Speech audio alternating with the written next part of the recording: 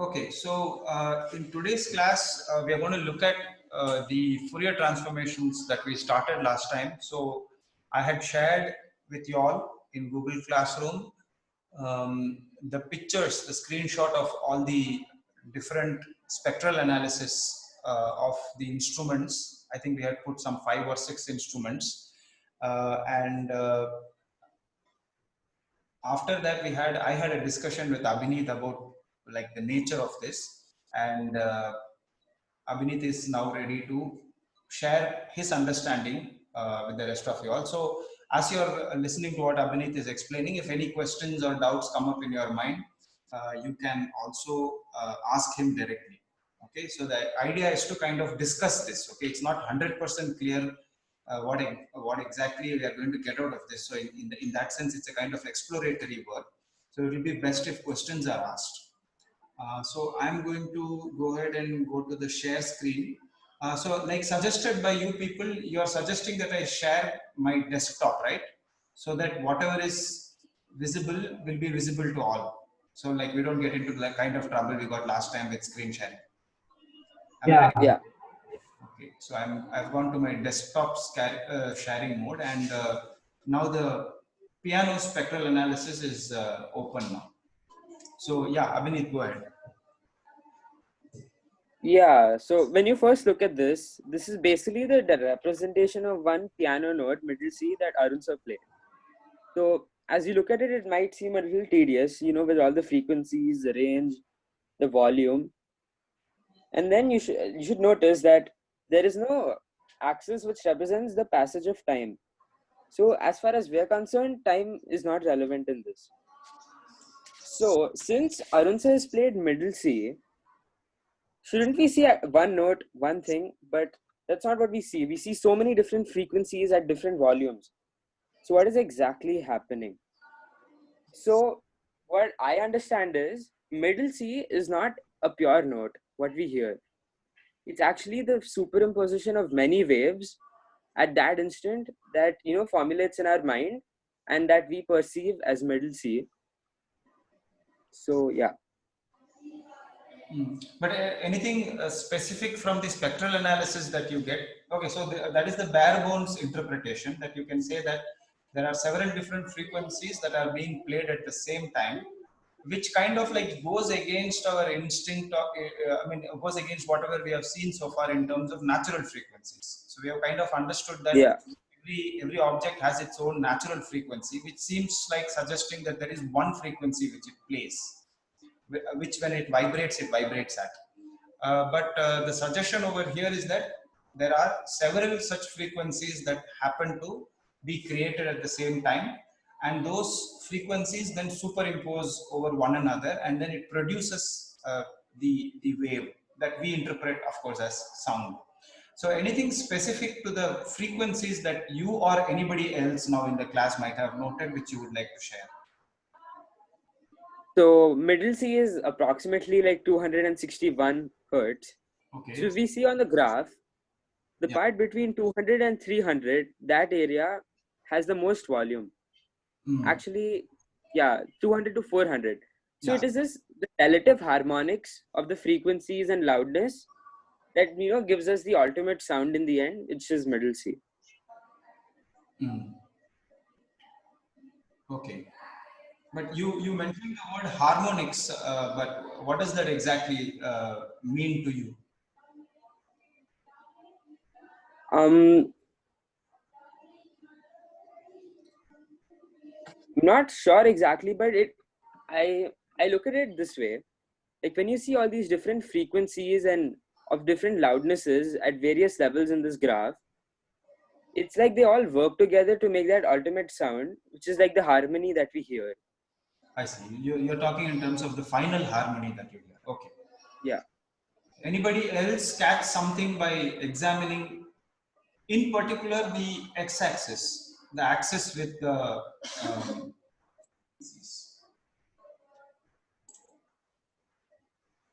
any other thoughts, any other observations?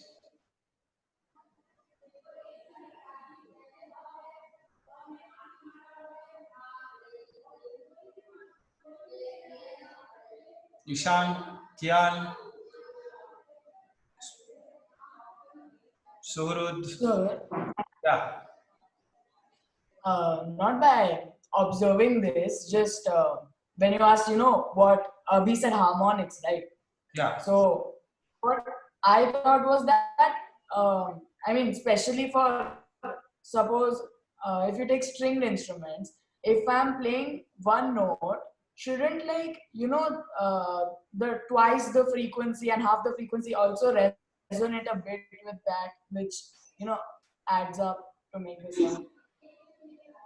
Yeah, so when you say harmonics, that was what I was looking for, which is that the harmonics are, of course, the whole number multiples or the fractional multiples of the natural frequency, the basic frequency.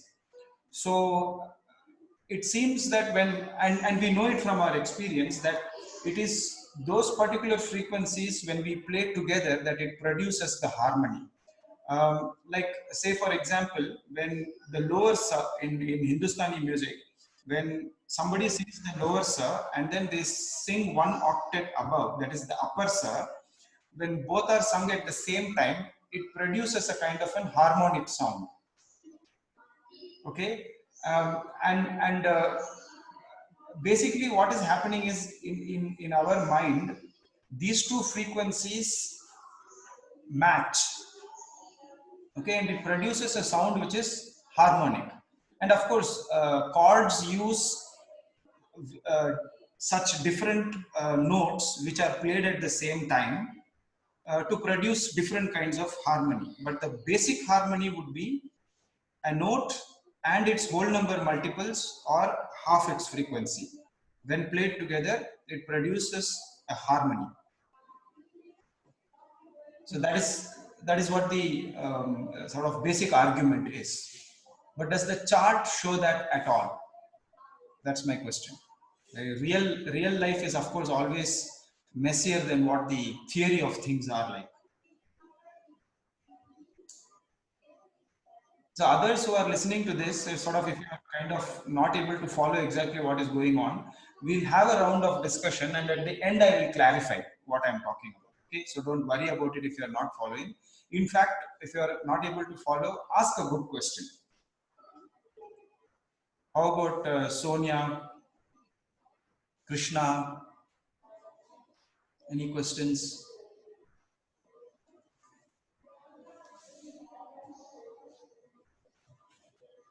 Saumitri? Nothing? So I was thinking, Yes, Krishna, question mark, apostrophe. Not apostrophe, sorry. Exclamation. yeah, if there's so many different frequencies, how do we hear it as only one though? I mean, even if at one instance there's so many at the same time, Yeah. should hear some variation? In terms of what we hear, right? Yeah. Yeah, so basically that the argument is reversed in this case. So what we are trying to say is that when you hear what we call as middle C, which is supposed to be this 256, 261 hertz frequency sound, you're actually not just hearing the pure frequency. There are so many other frequencies that are also happening. In terms of materials, it is mind-boggling to kind of try to think that, how is it that this material is able to vibrate at so many different frequencies at the same time? Shouldn't each material have one pure frequency? But it's not true. I mean, in the sense that factually, empirically, it is not true. So therefore, there must be something happening which we are not able to understand right now, which in fact we will not deal with anyway at this level in class 10. I don't think you deal with that until you come to sound engineering much later, maybe in your graduation or post-graduation studies. But the thing is that we have to take it for at face value, the fact that when instruments play a note, they are not playing just the pure frequency, they are also playing all the harmonics that go along with it at different strengths, at different volumes. So that is what this chart is showing us. Okay, and for this particular instrument, piano, it doesn't show very well, But I will show you for another one which was interesting. The xylophone and recorder were very interesting. So I'll show you the xylophone. You are able to see the xylophone's screenshot now? Yeah. Yeah. So incidentally, any questions from anybody? I had a question. Yeah. So, if there are so many variations in the frequency, then why do we say that, say, the C would be, Why do what, we call it the middle C? So middle C, why does it have a certain frequency? Because no, so that is what I'm trying to answer now. Okay, why do we say if so many different frequencies are happening at the same time, and even if they are multiples of the same basic frequency, why do we end up calling it as the middle C? So 2 points. One is that is the matter of subjectivity of pitch. So this brings out the fact that pitch is a subjective matter. Okay, so we have named it middle C based on our own understanding of what that is. See, middle C or sir has been around in music for hundreds of years, if not thousands of years, correct? And at that time, obviously, sound engineering or principles of waveforms in sound was not anywhere in the picture, correct? But still, we knew that various instruments produce various sounds, and in particularly in Indian classical music, both the Carnatic and Hindustani music, we have very complex very complex ragas, right? And very complex ways in which we put together the different notes. In fact, not just forget about harmonics. We have put together ragas that gives us a sense of morning, evening, night, late night, happy, sad, anger. So many, so it's like not only is it that sound is something of a physical phenomena, something that is observable, measurable, etc., etc. We can break it down using Fourier analysis and so on. But much before all this, we could see that these things resonate in our mind in certain ways, and it is possible for these particular way of putting together notes that evokes even sensations within our mind. Okay, so by just looking at things empirically, we have been able to do so much. And what we are looking at in terms of the physical phenomena simply adds to that. Okay, so this entire section looking at the objective and subjective nature of sound, the value is in this, that there is of course a physical phenomenon, and we measure things, we can label things and so on, but there is a whole other thing to it, which is the subjectivity of it, what it makes us experience in that sense. So but to specifically answer your question, that is what I'm trying to do over here. Why do we call middle C if there are so many other frequencies that come along with it? Okay, so if you observe the chart now that I'm showing to you, this is for the recorder, I think. Playing middle C. Ami, you're sure this was playing middle C? Yeah. Because you learned how to play the instrument and your teacher told you the middle C? I used to learn. I had the notes in front of me. Okay. And okay, maybe okay, you had the note in front of you. I'm thinking the note that you played is more like D or E, and the reason why, okay? Because when you look at this chart, notice the peaks, okay? There is a big peak in the sense that the width of the spike and the height of the spike, if you take both of them into consideration, exactly where is it?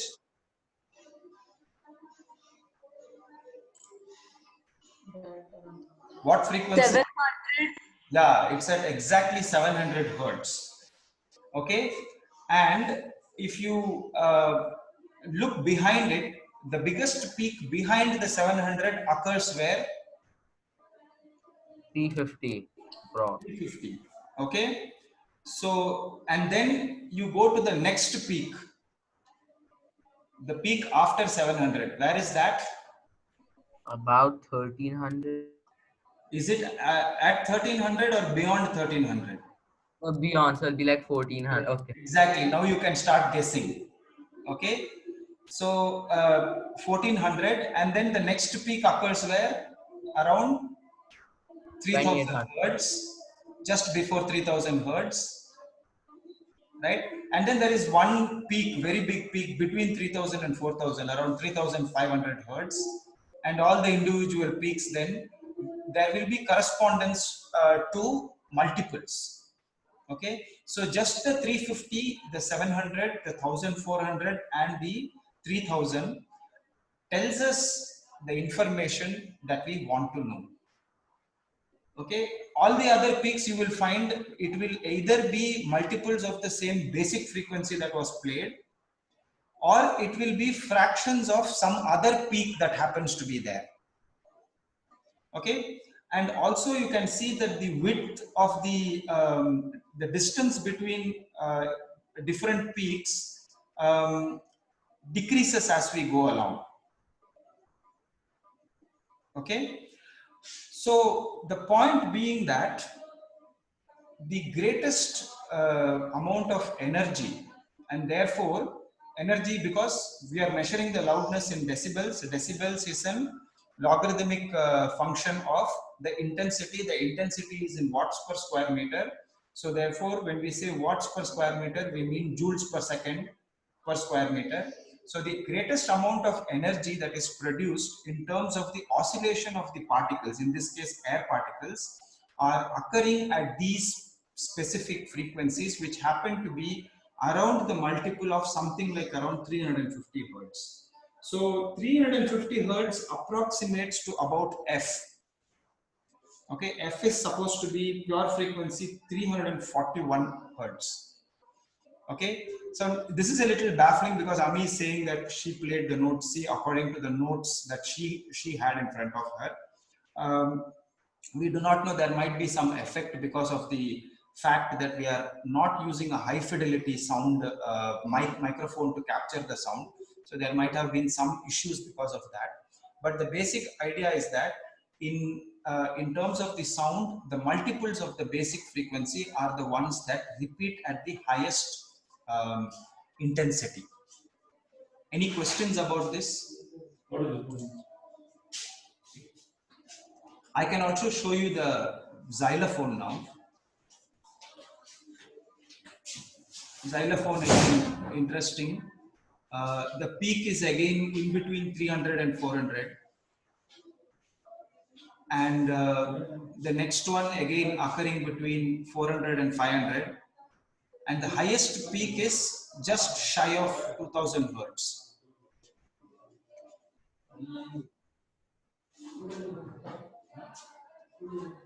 And then the next one, the next smallest spike over here, that is occurring somewhere between 4000 and 5000 hertz. Are there any multiples that are occurring over here? I don't know. I'm not thinking right now. I'm not doing the math. But if somebody tells me anything contradictory or anything confirmatory from this information.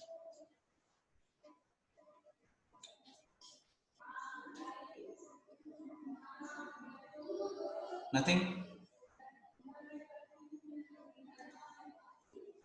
Saumitri, what are you thinking? Nothing much, sir. Nothing much. You're getting this? Yeah, Getting the basic idea, right? yeah, sir. So doing experiments is kind of like messy, and I'm telling this to everybody. Doing experiments in that way is kind of like messy. I remember once we were trying to find out the value of G by dropping objects from the roof or from the library terrace from the top, measuring the amount of time required for it to hit the ground, and calculating the value of G using the equations of motion, right? And notoriously difficult experiment to perform. We had to do it some 30 times and then take out the average and so on. and it never comes to anywhere near being 9.8 or 10 meters per second square.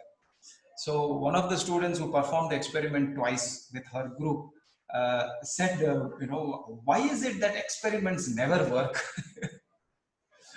So in the sense that experiments are not, in that sense, meant to work. Like an experiment is not an experiment if it is just done to prove what you already know. So when the experiment fails, in fact, it's more interesting to try and think about like what is it that is there between the theory and the actual observations that do not match, and what could be the factors that cause it not to match. Are those factors within our control? Is there something that we can do about it? So if you think in those terms, then you learn something in the process. Okay. So now I'd like to show you something that I did just today, just before the class started. So this was my attempt to vocally sing the lower sir, and I had no other instruments to sort of compare myself with, but I kind of think I got the right note, which is like something like, wait, let me try.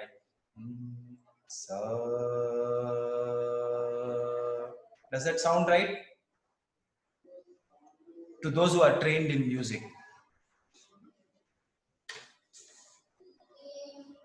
Shall I do it again?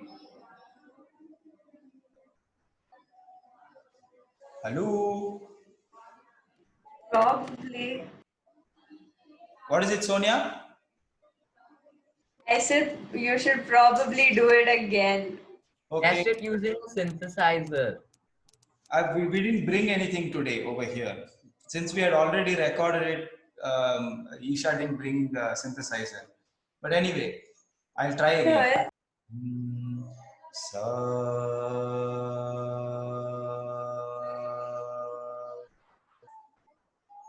Did that sound right? I think I went a little bit into Re, but fine. Okay, so now look at the spectral. So the same sound, I captured it. I selected a section in which the waves looked more or less steady or repeatingly steadily repeating, and then did a analysis on that. And this is the spectral chart that I got out of it. Okay, and here you can see the peaks very clearly. And the good thing about it, since it's actually from Audacity, what I can do is when I move the cursor, I also get the frequencies. Okay, so the highest peaks that I'm looking at right from the beginning occurs somewhere just beyond 100 hertz. Where would you place that frequency, this peak over here? Yeah, that's about 119 hertz. Sorry, did somebody say something? What is the question exactly? This is the spectral analysis of me singing the Sa note, which corresponds to the middle C. And we are looking at where the spikes are over here, because in this case, there seems to be very clearly defined spikes. The first one occurs where I have placed my cursor. Are you able to see the cursor? Right? And the advantage is that right at the bottom over here, you can see that the cursor actually shows what is the frequency. And of course the volume also, but sorry, loudness, but we'll just ignore the loudness for the time being. Okay, so the first peak occurs in the region of about 119 hertz. Now is it clear what I'm saying?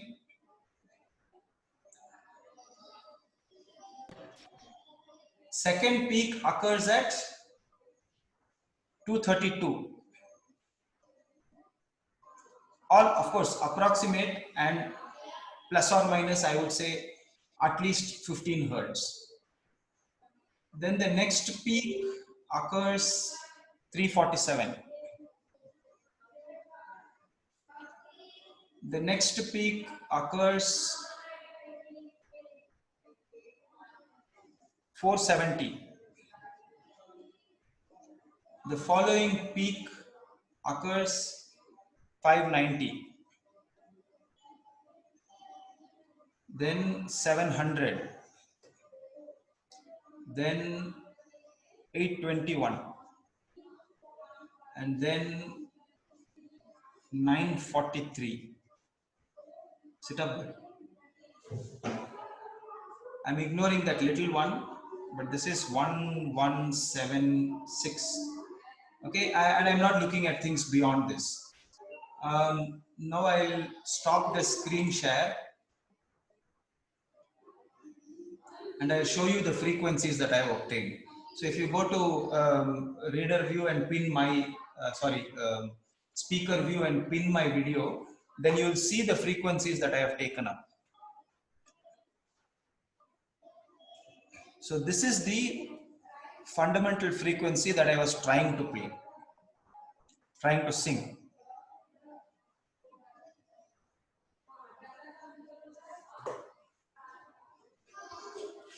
Which are the multiples of that?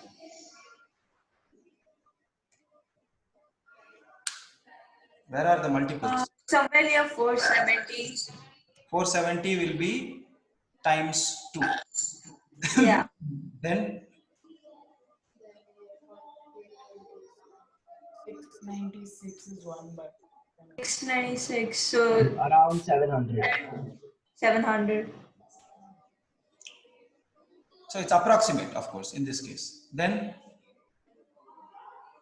928, but close to 9. 943. Yeah, that will be into 4. 1160, which is close. 1160 is 5 times. Yeah. Okay.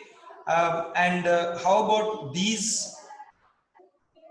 These are its own products, right? So 340 approximately 1.5. Yeah. Yeah. approximating to around 600. No more than that. No, it comes to this one actually.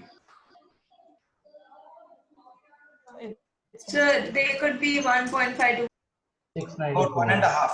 Around 694. 590 is about 1.5 times this. Okay. Yeah. And incidentally, this is approximately half. Correct? So the thing is that now to kind of sum it up, the reason why we are able to make out the difference between different instruments, including the voice, producing a specific note is because of the different multiple frequencies that also happen at the same time. We still don't understand why is it that that happens, but it's a foregone conclusion that it happens. From Fourier transformations, we are able to see that it happens. And if that happens, then it happens with all instruments. So again, we should not be able to make the difference. But it's not just that the multiple frequencies are played, but also that the multiple frequencies are played at varying volumes, at varying levels of loudness. And the combined effect of these two things are what maps into our mind as the differences in the quality of the instrument. Okay, so I hope that that point has become clear. If you have any questions or doubt about this, then we can discuss that next. So here we are seeing the spectral chart of sitar, the Indian instrument, playing the note sa.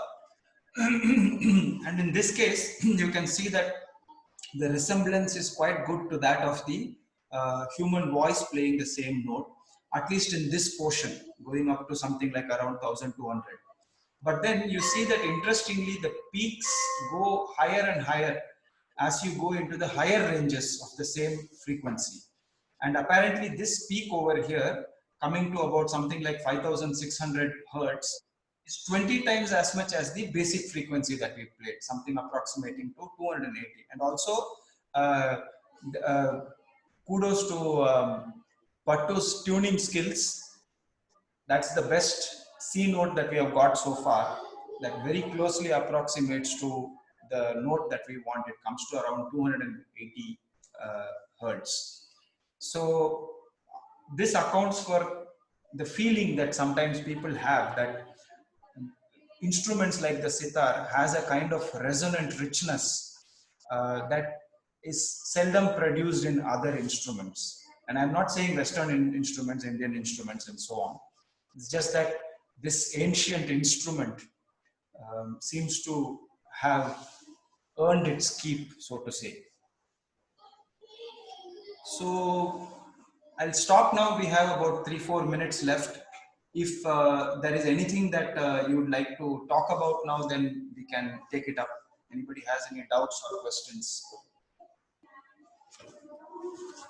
Now, I think that with this particular session, we come to the end of sound.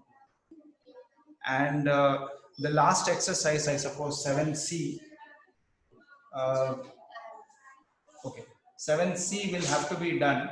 So if somebody can volunteer to select questions and send it to me, then I will post it in the classroom. Any volunteers for the nasty job?